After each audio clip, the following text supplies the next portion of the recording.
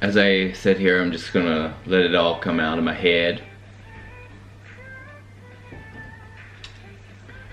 Any attachment to a thought seems to be very illusional. Illusional for me in the sense of like, there's no truth in that thought. Because I ask myself in the inquiry, because it's my birthright to ask myself that.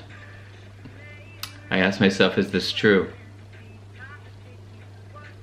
And overwhelmingly, it can seem very true because there's a lot of evidence, maybe the evidence of the effect of that thought creating some kind of emotion, which when you get so further deep down, for me, I recognize that emotions are promoted more or less from thoughts.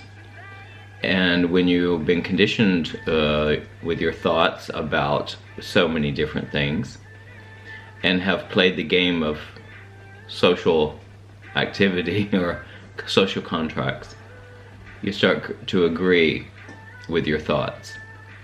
And you start to agree with the thoughts that you have received from others. The thoughts of inferior, not being fast enough, not being pretty enough, not being good enough. And then suffering is had because you attach yourself to those thoughts. And now this is very, very subjective and relative to someone's experience. And I believe it's absolutely my prerogative to recognize that. Now, I've talked a lot about not believing your thoughts, or not recognizing that you are not your thoughts. This is only something to discover within yourself, because maybe you've asked yourself, is there more to life than what is happening? And that can seem the impermanence of things happening, you know, failures and successes, this dualism, this mark of dualism, that we only can know one thing without the other. You know, it's like love and hate. And it's always like this question of like, the only way for me to recognize love is to know hate. And hate, I've definitely experienced that, or I've labeled it as that, for sure. And I've experienced love as well, and acceptance. Although I'm not talking about the romantic love that we all so give our power to, and believe that it's like, it's what we've learned about love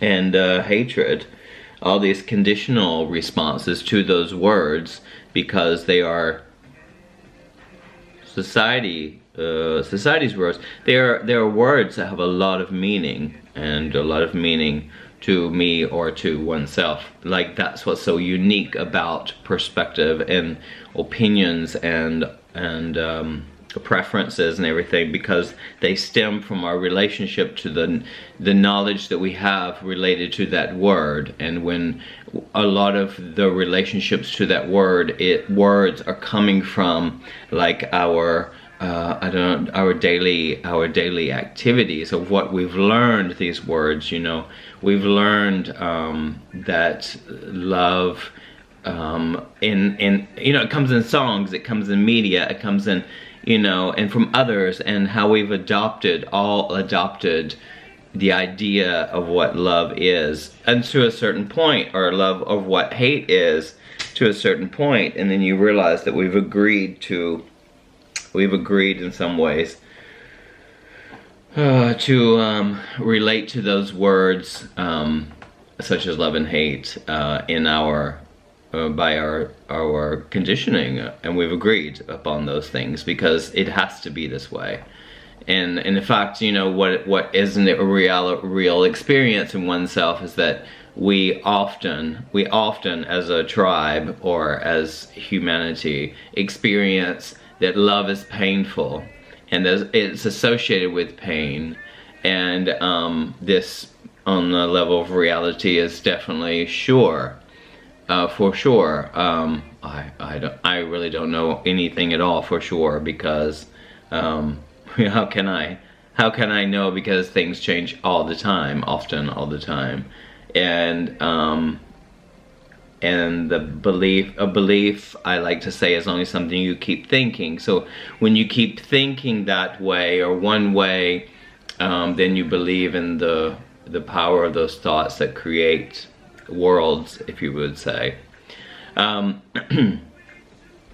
This is a kind of a very subjective thing, and it's challenging, and one can, in my recent talks I shared that I can feel very disoriented because what once moved me doesn't move me anymore, and what once moved me is the delusion of what love is, and being it conditional, and that is subconscious until you recognize that, hey, love, the kind of love that I'm talking about, that I would give myself, would be unconditional, or that I would give other people, because I don't believe that love is synonymous with truth. So love has no agenda in that way, and it doesn't, for me, it seems very, very clear for that. So I can never go back into negotiating the love that I think that I need from other people, which is ultimately given to myself.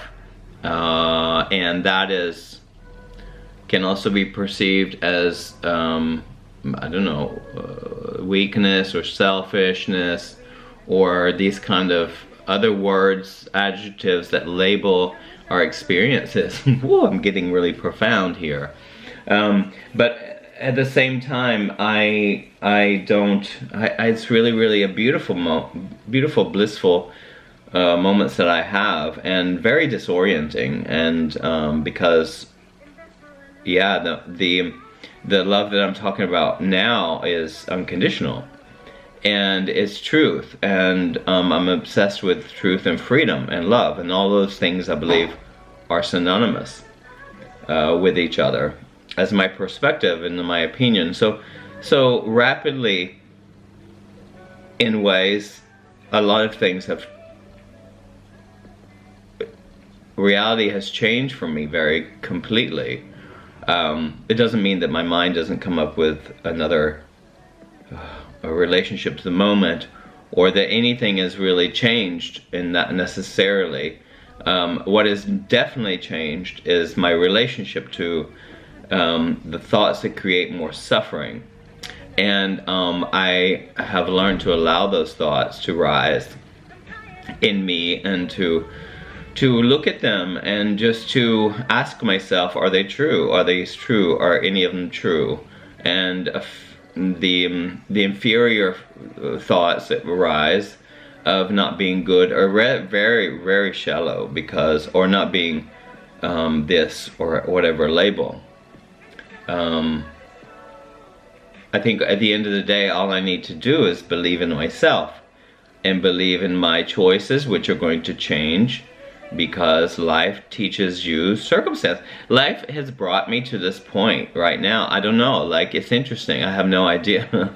Necessarily, I guess I've been shooting rockets of desire, and asking for another kind of experience, or just to relate to experiences in different ways, and to I guess enlighten myself from things. And it's totally different picture than what I thought it was going to be, this enlightened spiritual journey. That's also a trap. I can see through certain things like that as well, and all of it just rising and falling, and not attaching to anything, and this dualistic, these dual